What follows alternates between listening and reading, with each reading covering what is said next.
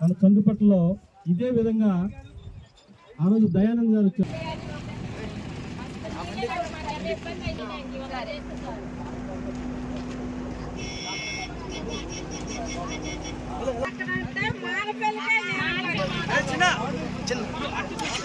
వాళ్ళకి టెన్షన్ ఉంది కదా.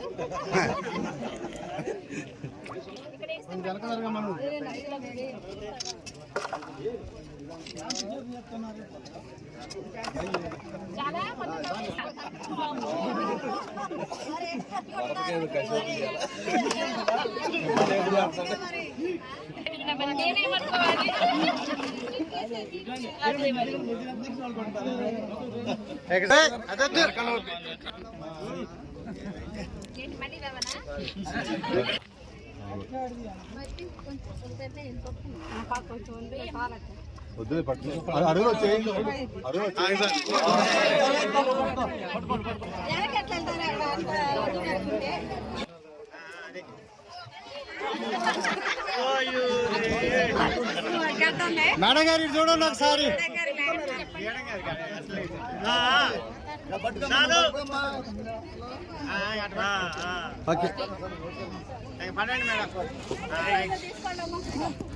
ప్రభుత్వాన్ని రాష్ట్రంలో అధికారంలో తీసుకొచ్చారు. అదేవిధంగా కేంద్రంలో కూడా రాహుల్ గాంధీ గారు ప్రధానమంత్రి అయితే మరి వారు ఏం హామీ ఇచ్చారంటే మనకి ఉపాధి హామీ కూలీలకి రాహుల్ గాంధీ గారు ప్రధానమంత్రి అయితే రోజుకు 400 రూపాయలు ఇస్తానని హామీ ఇచ్చారు.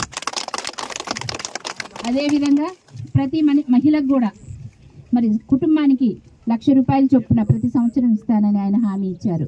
అంటే ప్రతి మహిళ కూడా లక్షాధికారి అవుతుంది. ఒకరి మీద ఆధారపడకుండా వాళ్ళు ఎంతో మంచి జీవితం గడపడానికి అవకాశం ఉంటుంది. ఇవన్నీ జరగాలంటే మీరు కాంగ్రెస్ ప్రభుత్వం మీద ఎలా నమ్మకం ఉంచారో ఇక ముందు వచ్చే ఎన్నికల్లో కూడా మీరు అలానే అందరూ ఆశీర్వదించి కనుక మనం ఎంపీని గెలిపించుకుంటే మన అట్లనే ప్రతి చోట ఎంపీ గెలిస్తే మరి రాహుల్ గాంధీ గారు ప్రధానమంత్రి అవుతారు. ఇవన్నీ కూడా అమల్లోకి వస్తాయి. అయినా కూడా రేవంత్ రెడ్డి గారు కానీ బట్టి విక్రమార్క గారు కానీ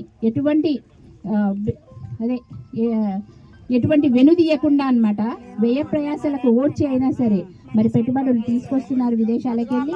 మరి మనందరికీ కూడా ఎక్కడ పథకం ఉంటూ మరి కాంగ్రెస్ పార్టీని గెలిపించుకోవాలి.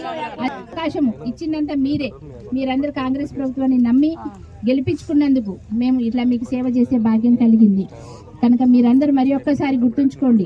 రాబోయే ఎన్నికల్లో ఎంపీ కానీ మరి ఎంపీటీసీలు ఉంటారు, జెడ్పీటీసీలు ఉంటాయి, ఎలక్షన్స్ పంచాయతీ ఎలక్షన్స్ ఉంటాయి, సర్పంచ్ కానీ వార్డ్ మెంబర్స్ కానీ వీళ్ళందరూ కూడా మన వాళ్ళైతే కాంగ్రెస్ పార్టీ వాళ్ళైతే నేను ఏది శాంక్షన్ చేయాలన్నా కూడా ఏమీ అడ్డంకి లేకుండా నేను మీ అందరికీ శాంక్షన్ చేయొచ్చు మీరు అడిగినవన్నీ కూడా.